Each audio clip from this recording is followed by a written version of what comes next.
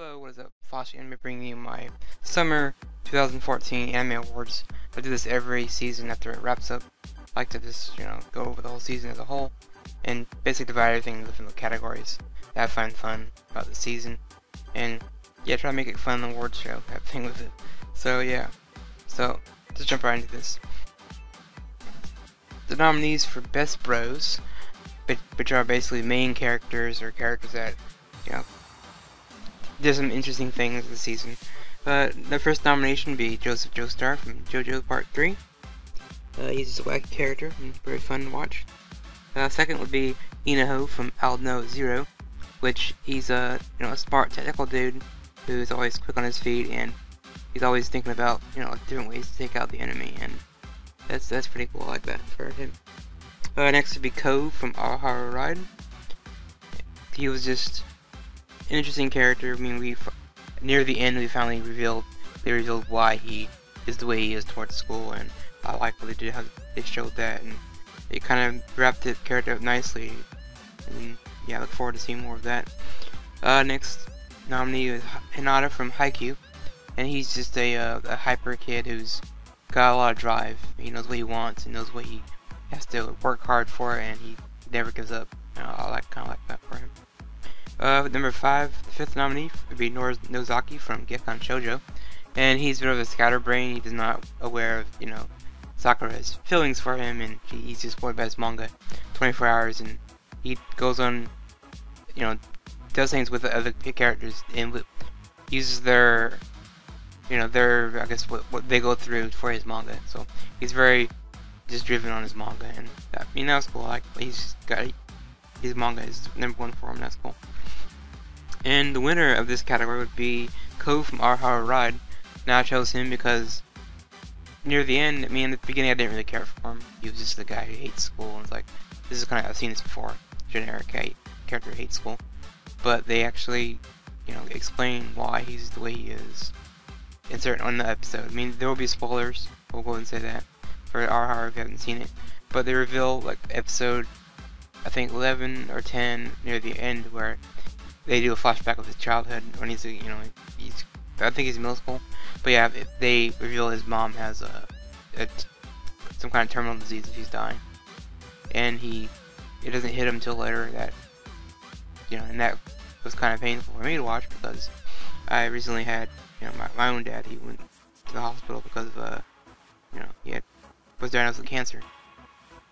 So I was kind of scared about what's gonna happen to him, because it's anime always shows you that all the characters don't take it so well. That happens, but yeah, that's why I like Ko. He's cool. Next award, Best Chicks Award, which is cool girls of the season that I liked. The first nominee would be Sakura from Gekkan Shoujo, and she's kind of cool. I like watching her. She's got all these funny expressions on her face every week, and it makes me laugh just watching her. And yeah, she wants Nozaki to notice her, but he doesn't notice her, but she doesn't give up. She keeps trying, so that's what I like about her. Next nominee would be Momoko from Sabigabu, and she's a girl that's very greedy. She doesn't care if she has to hurt someone to get what she wants, and yeah, she will use you if it means she can make some money or get some fame off it or anything. So yeah, Momoko is very interesting. Next would be Mahana Yamata, which this girl she's from America, and she's hyper, and she's just a ball of energy. When you see her on screen, you just can't help but smile and watch her, so she's always doing something crazy. And yeah, she's very motivated to get her dance club off the ground, the Yasukoi Club. And episode 1 and 2, she's just always recruiting people, and just, again, very interesting character. Next would be Rumero from Majimoji Rumero. And I don't know why I picked her. She didn't do a whole lot. She's very quiet and very shy. But near the end, she kind of starts becoming more and more human, I guess you could say. She's opening up and experiencing life as a human, even though she's never really had happiness in her life. So it's kind of cool watching her. Next to be Ikurumi from Jinsei, which this girl is like a sports girl, very scatterbrained, hyper. I tend to like the hyper characters, if you haven't noticed. Yeah, she's, like I said, very scatterbrained. The whole premise of that show is to come up with the problem-solving ideas for other people, and she kind of goes a little extreme with her, her problem-solving. So the winner of that category would be Sakura from Gekkan Shoujo. Again, she was a funny character. Her expressions and facial reactions towards certain things made me laugh every week. And just how she interacts with Norizaki made me laugh as well, because she's trying to obviously get closer to him, but every time she does, it seems like she takes a step back because of how he is. But again, she never gives up and keeps trying and trying and trying, even till the end, where, a miscommunication obviously happens, where she can't convey her feelings, which is an anime cliche we've seen a million times. But yeah, she's, I don't know, it's not about her. She's very cute looking. Her design is, very appealing to my eyes, because I like how she's, very cute looking. Like, she's got the big eyes and the bright clever hair, and she's short. I tend to like the short characters in anime a lot. But yeah. Next award category, coolest sidekick, which is basically secondary characters or characters that contribute to the story, but technically aren't the main focus ever. But yeah, we'll go with the first nominee, Chio from Hajimoji Rumiro, and this is the cat that is the sidekick that talks and can transform every once in a while. And she's, again, like the other characters, very hyper and just runs around and does whatever she wants. Next to be Yuri from Our Ride. And I guess some people would consider her a main because she isn't the main cast, but I consider her a sidekick because she doesn't really take center stage from most episodes, and she's kind of the shy girl that no one really liked, and they thought she was too happy for her, like she was faking it, but in reality she really is just a nice girl that just wants to be friends with everybody, and it just comes off as being cute and innocent, just how she acts. And, all the girls in school kind of don't like her because of that, but I think she's alright. She's an alright character. Next nominee, Naru from Barakamon. And again, just a short girl with all that energy and just very in your face, and since she's a little kid, she kind of doesn't know a whole lot, so she picks up things that the sensei from Barakamon teaches her. And yeah, she's a lot of fun to watch. Next nominee is Saini from Invaders of the Army Ryoko. I can't say that name. And she's a ghost, and she's kind of a goofy character, I would say. She does get serious later on, but otherwise, ghost characters are kind of, they're always interesting to me. I don't know why. I guess because how they have to interact with the human world. Maybe that's why I like them. And next to be Mikoto from Gekkan Shoujo, a guy this time, not just a girl. I know most of them have been girls in the list, but he's the redhead from Gekkan, and he is the model for Norizaki's main character, the female. And when I heard about that, it made me laugh, because how Mikoto acts around. He's like a playboy, so he hits on the girls, but if they ever, get serious, he's kind of like gets shy and embarrassed about it. So I thought that was funny. And the winner of this category would be Naru from Barakamon. Again, just a ball of energy. She just is always doing something funny. Even when she's not talking, she's in the background doing something, or standing up to the side doing something funny. I think that's kind of funny for her, how she just, does things that, it's a good little kid character, I would say. Acts just like a little kid would. And that's pretty much credit to the writers, I guess. Next category, Kick-Ass Soundtrack. Now, this is kind of tough because I think everyone knows what I'm going to pick, but number 1 nominee, Barakamon. Number 2, I'll Know Zero. Number 3 is Naku no Terror. Number 4, Our High Ride, JoJo Part 3, the last nomination. And the winner for this is I'll Know Zero, because it's just, when you hear a certain song kick in, it gets you pumped up and excited for the series, what's going to happen. And I guess an honorable mention, it's special and rare to that, is Naku no Terror, because I can listen to that soundtrack maybe over and over and over again, just like I'll know it, and you know what songs or what scenes they're from, and it's more impactful when you can remember a scene from a certain era and maybe related to a song or the soundtrack. So I like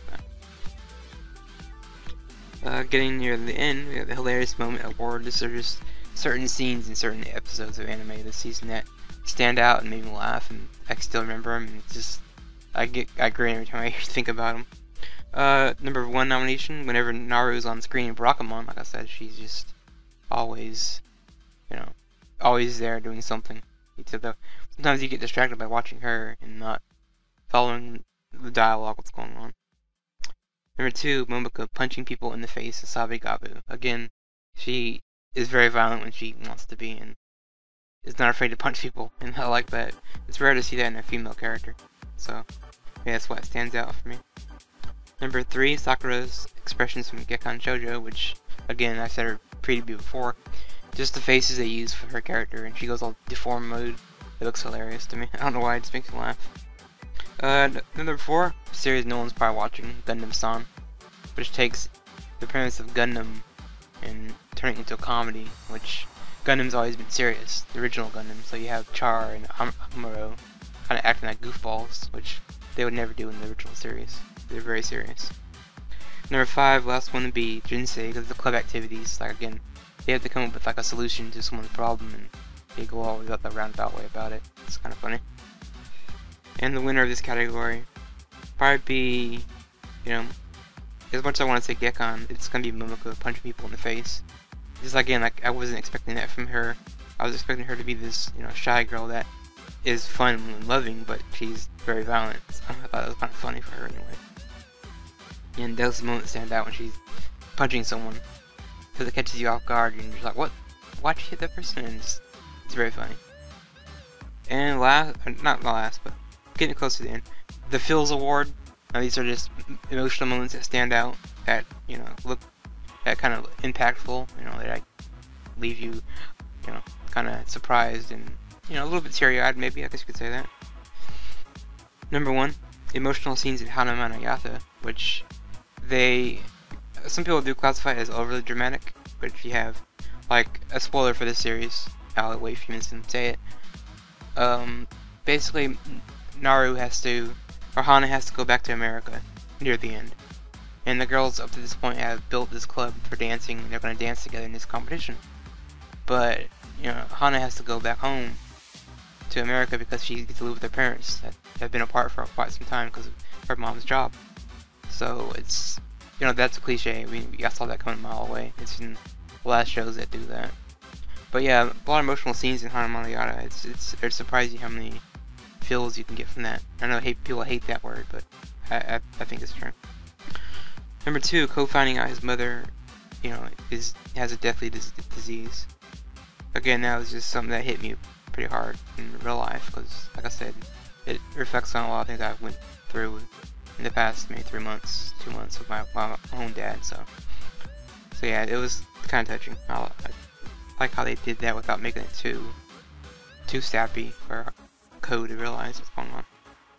Number 3, Sensei's phone call to the cast of Barakamon. Eventually, he has to leave to pursue his calligraphy career out of the contest. So he leaves the island for I don't know how many days, but he starts getting a little homesick, and he starts making his friends act like his friends from the island. And there's a moment where he actually gets a phone call from all of them, and just you feel for the characters, and you feel the connection that they have. These kids on the island have looked up to the sensei for like ever since he started visiting or living there, and he's become a part of their life, and he's become a part, and vice versa. So they really do, you know, like him being around. They miss him a whole lot, and you can feel that vibe from that episode. I think it was 11, where you feel that connection, like I said. Next to be Hanada's never give up attitude in Haikyuu, and I like that about him. He's short, so he has to try harder than everyone else, but he has an idol he looks up to, a little giant, and he, again, tries his best, and he does succeed. And I like how he didn't give up and didn't let no one tell him he can't do it. So that's pretty cool. Number 5, the rest in peace white kitten from Majimoji Rumiko. I mean, if you a spoiler for that, I mean, one of the characters, the main characters, finds like a bunch of kittens, so he raises them, takes care of them, and eventually, you know, 3 of the kittens get adopted, but the last one he keeps, I guess, dies. And I've never had a pet die. I mean, I've seen pets die before, but most of mine usually get, you know, taken away before they die. Like, they get sick, or we have to give them to the vet, and, you know, I don't see them get put down or anything. So for me, it's not as impactful for others, but I can understand if someone lost an animal or a cat that, you know, is a family member technically, and it's not fun losing someone like that. So, but yeah, I would say that's kind of emotional scene, maybe, for some people. And the winner of this award will go to, I want to say Ko from the, Our Hard Ride, because again, I can relate to that character, but I already said my piece on that, so I'm gonna go with, Sensei's phone call to the cast of Barakamon. Again, you felt that connection between all these characters. You felt like they were one giant happy family, and they did a good job at conveying that message across. That he's got a family, he's got friends. It is not all about his calligraphy career. He can always come back to the island where he's probably gonna be welcome with open arms anytime he wants. So yeah. And finally, the last award, Best Series Award, which kind of can figure this one out. Whatever the best anime I thought was. Number 1, Zaku no Terror. Now, I had my feeling, kind of negativity towards the series due to the fact that the main characters are terrorists, but there's certain episodes that pop up where they actually are preventing some bombs from blowing up, and they're almost like they don't want to intentionally harm people, but I understand why they're doing that. So, I mean, in the end, I saw the episode last night final, and I kind of figured out what they're doing, so I won't bash it too much. Number 2, Alno Zero. Just straight up mecha action war. Two factions fighting each other for, I guess, resources on Earth. And the mystery of like the Alno of Zero power. What was his power? What does it do? Even though we didn't get the answer, I know this is the second half, but it technically ended here. So I mean, the season 1's over, so I gotta count it as that. And again, the mecha action, Butcher Gin killing characters off left and right like it's nobody's business. Especially the final episode, if you haven't seen it, I recommend you see it. Yeah, it's fun. Number 3 nomination would be All Hard Ride. Again, a lot of characters, a lot of emotion, a lot of feels. I wasn't expecting it to be so, impactful on me as it was, especially for Ko. I mean, I can relate to him a lot. Besides not hating school, I like school when I was going to school, high school, and all that. Number 4 nomination would be Hana Marayata, which again is, I classify it as a sports series because, Hana and Naru have to. I mean, especially Naru, she doesn't do anything. She sucks at everything. She's bad. She wants to do something new, and tries to join the dancing Yasukoi club and finds it's fun. It's hard work. She has to get out of her comfort zone. I think that's the big impact I get from that series, or the message I would say, is getting out of your comfort zone, trying something new, and not crawling into your shell and that I'm never going to do anything ever again because I failed once. I don't really like that kind of attitude, but it is what it is. People do that, and I think it's an inspiring series. A lot of people should watch Hana Marayata. Number 5, Gekkan Shoujo, which to me is, again, very funny. All the characters that made me laugh. I don't recall there being ever a boring moment, or a moment that made me roll my eyes like, okay, well, maybe besides the ending, which, yeah, was, it is what it is. And the winner of this award would probably go to Gekkan Shoujo. Even though I didn't review it or blog it or cover it, I had a lot of fun just watching it. And the interaction between Sakura and all the characters, made me laugh, and it's interesting. I don't know why I picked that one, but it just stands out to me as just being memorable this season. I know most people will be shocked that I didn't pick Alno Zero because I'm a mecha fan, but it has its moments. But all these shows on this list here they're all near and dear to me. I like all of them, so it's kind of hard to name which series is the best. I mean, I just think Gekkan stood out a little bit more to me because it was something I look forward to every week. And to wrap up, overall season rating, this is something new I'm going to try. I'm giving the whole season an 8 out of 10. There are lots of funny shows, lots of cool shows, lots of awesome stuff like, Zaku no Terror, Alnua, shows that are still going on. Kami Got Kill. I think it's fun. I don't care if you'll hate it, but it's fun. But for the most part, there's a lot of just meh, decent shows that I didn't really care about. Like we had Tokyo Ghoul, Tokyo ESP, Momo, Kyun Sword, which a lot of people hate, but I found it to be kind of charming. Not because it's got boobs in it. There's other reasons. But yeah, there's a lot of shows, like I said, that are kind of hit and miss. But That's been the season 3 award show, and I'll see you guys next time for, yeah, the next start of the next season, what I'm very excited for. Can't wait. So, talk to you guys next time.